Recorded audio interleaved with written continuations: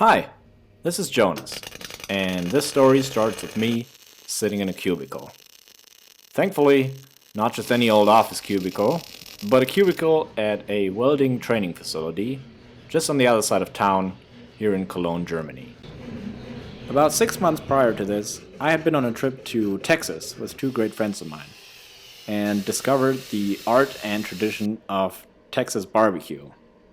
We liked it so much, especially combined with the great southern hospitality and the outstanding level of service down there, that we thought this would be a great business opportunity to bring back to Germany.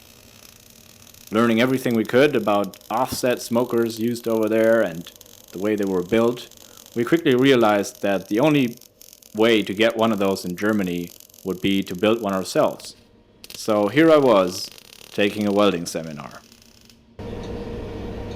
Sogenannter Igel. Aber ist nicht schlecht. Herr Freitag, ich bin stolz auf Sie. Einmal gezeigt und so schon, also. Well, so that's as much of a compliment as I could have hoped for after 3 days of training. So after looking for a couple weeks on eBay, I shot this baby for $100, an old 1968 gas tank, 500 gallons or 1750 liters, about 2 meters 50 long and 1 meter in diameter. That's 100 inches and 40 inches in diameter. It weighs about 300 kilos, so I was very happy that the farmer I bought it from was able to lift it into my van, and I drove it over to another farm where a friend of mine shown here called Joseph had graciously agreed to let me use their workshop for my project. His father, who primarily runs the farm, also had a long-standing business relationship with this machine shop nearby, where I could purchase all the other items I needed for the project, like a piece of this 8.5 inch, 22 centimeter diameter pipe that would eventually become the stack. So for those of you who are not familiar with the type of smoker we're going to build here, an offset smoker, a quick word about gas tanks. Gas tanks make for great cook chambers for this type of smoker because of their elongated cylindrical shape. The fire pit or the heat and smoke source is going to be off to one side in this type of smoker, and the smoke is going to travel horizontally through the cook chamber. That's going to be this gas tank off to the other side, where a stack is drawing the air up. A disused gas or power gas tank of this shape and size just comes with a perfect shape for this and is a great way to save you some money and time to get started on your build. A quick word of warning at this point about using these disused gas tanks. Please make sure that there's absolutely no chance of any residue of gas inside the tank. There are some stories online about people blowing themselves up, and that would be absolutely terrible. So we were very cautious. There was a lot of rust inside the tank, and the side opening had been open for a good number of years, so we could be sure there was no gas inside. But if you decide to do this, please just promise me to be safe and make 100% sure that there's no gas inside. There are some ways of mitigating the risk online, but I'm not even going to reference those to give people any ideas. While I was talking, the guys already started making handles here for our cook chamber. We just used some steel pipe, as you can see, and came up with this very simple handle design. You can do rotating handles, you can do whatever you want, but we kept it very simple. The next step then was to weld the hinge brackets on top of the doors, and we used this steel pipe to get them all nice and aligned.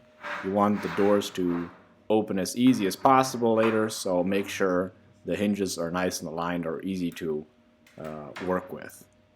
Careful measuring is required because once that weld is on, it's pretty tough to get off again.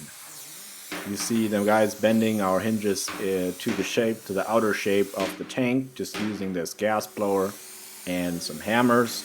It's just good old elbow grease to get this all nice and snug. But it worked out pretty well, better than I had expected. And the next step then was to start cutting the upper limit of the door we used the blowtorch again instead of an angle grinder. Not so much because it goes faster, but because if you use a flat piece of steel as a ruler, you can just get a much more even cut. To make the most of our time that day, we sometimes worked next to each other or even the three of us on the tank at the same time, which seemed to make sense from an efficiency standpoint, but would end myself and Joseph Jr.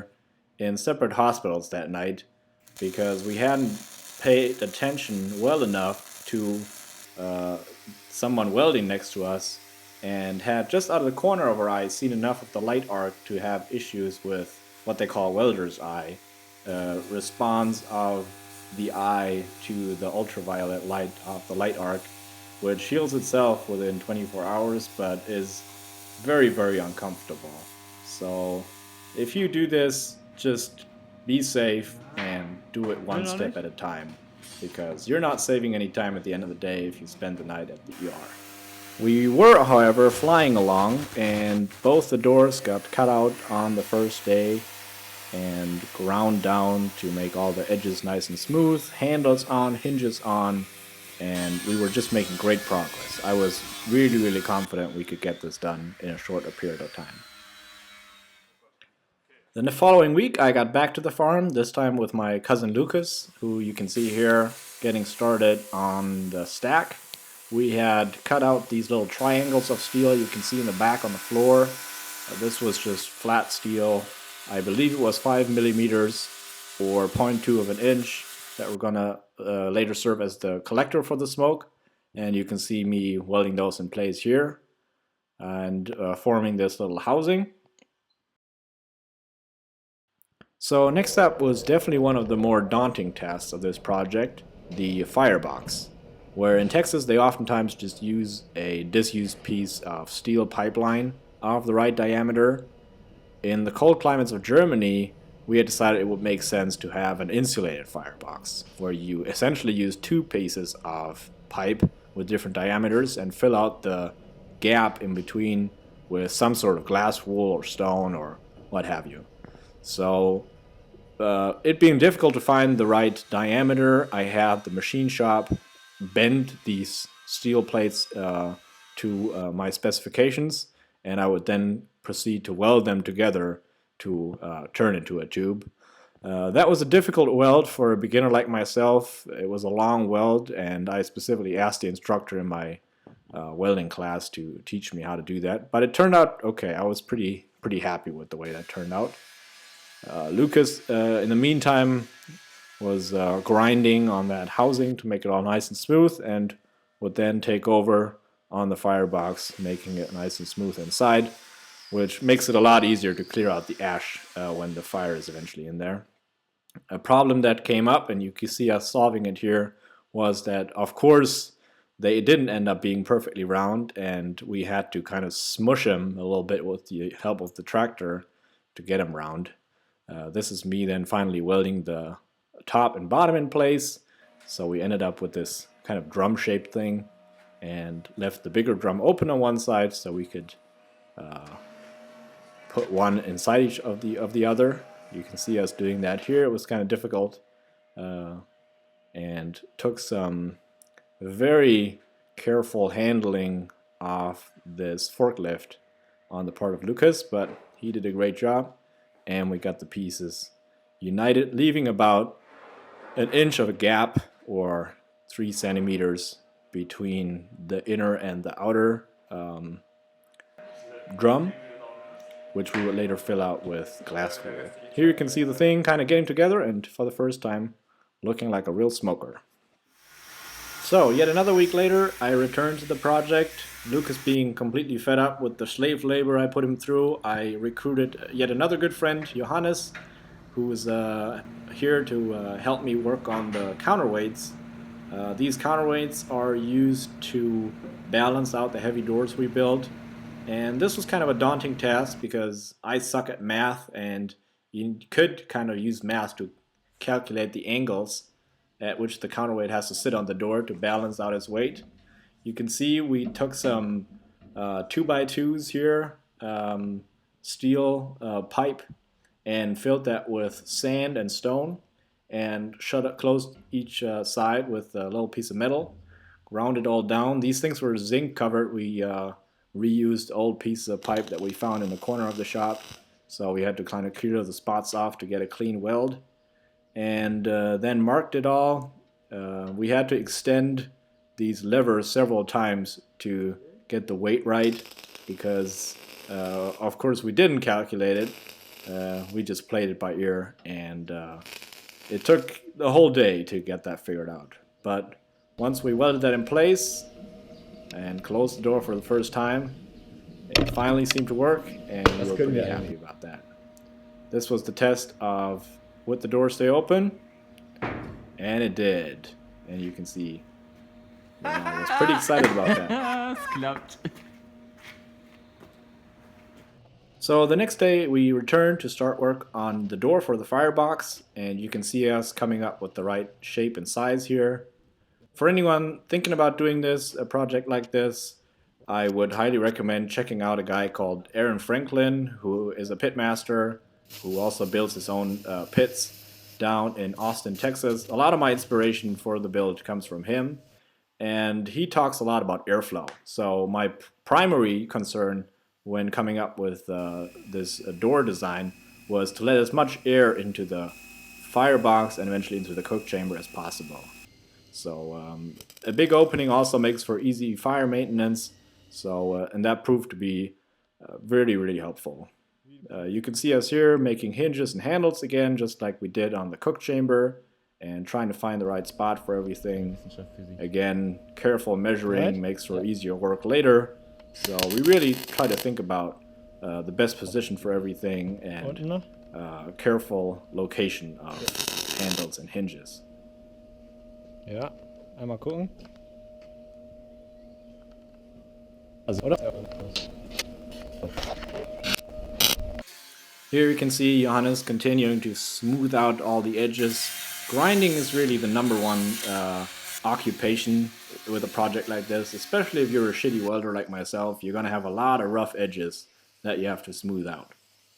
Here you can see myself cutting out the inner door, so cutting a hole through the inner drum that we had put in first. This brownish color that you can see there is residue from the blowtorch cutting through the outer layer. And you can see that I need to go around several times, and it's always kind of still hooked up on the one or the other spot, and you just need to go slow and be careful, and eventually it's going to come out. Since the door to the firebox would be left open most of the time anyway, we didn't bother insulating that, and you can see it's really coming along very nicely. Once that was done, we flipped the firebox around and got working on what's called the throat, the outlet of the firebox where the smoke is going to enter the cook chamber. You can see Johannes cutting that out here, and from the other side have a peek at this insulating glass wool that we stuck between the two layers of the outer shell of the firebox. A lot more grinding required, as you can see here, but the door is coming along nicely and we're well on our way. In the meantime, I got working on the opposite side, so on the end of the cook chamber where a similar opening would be required. It's kind of this football shaped size, and you can use a calculator on the internet that I will link in the description box below to figure out not just the size of this outlet or inlet, but all the dimensions of the smoke, or length of the stack, and etc. Then it was finally time for the two pieces to come together and form one, and you can see it sliding in nicely here.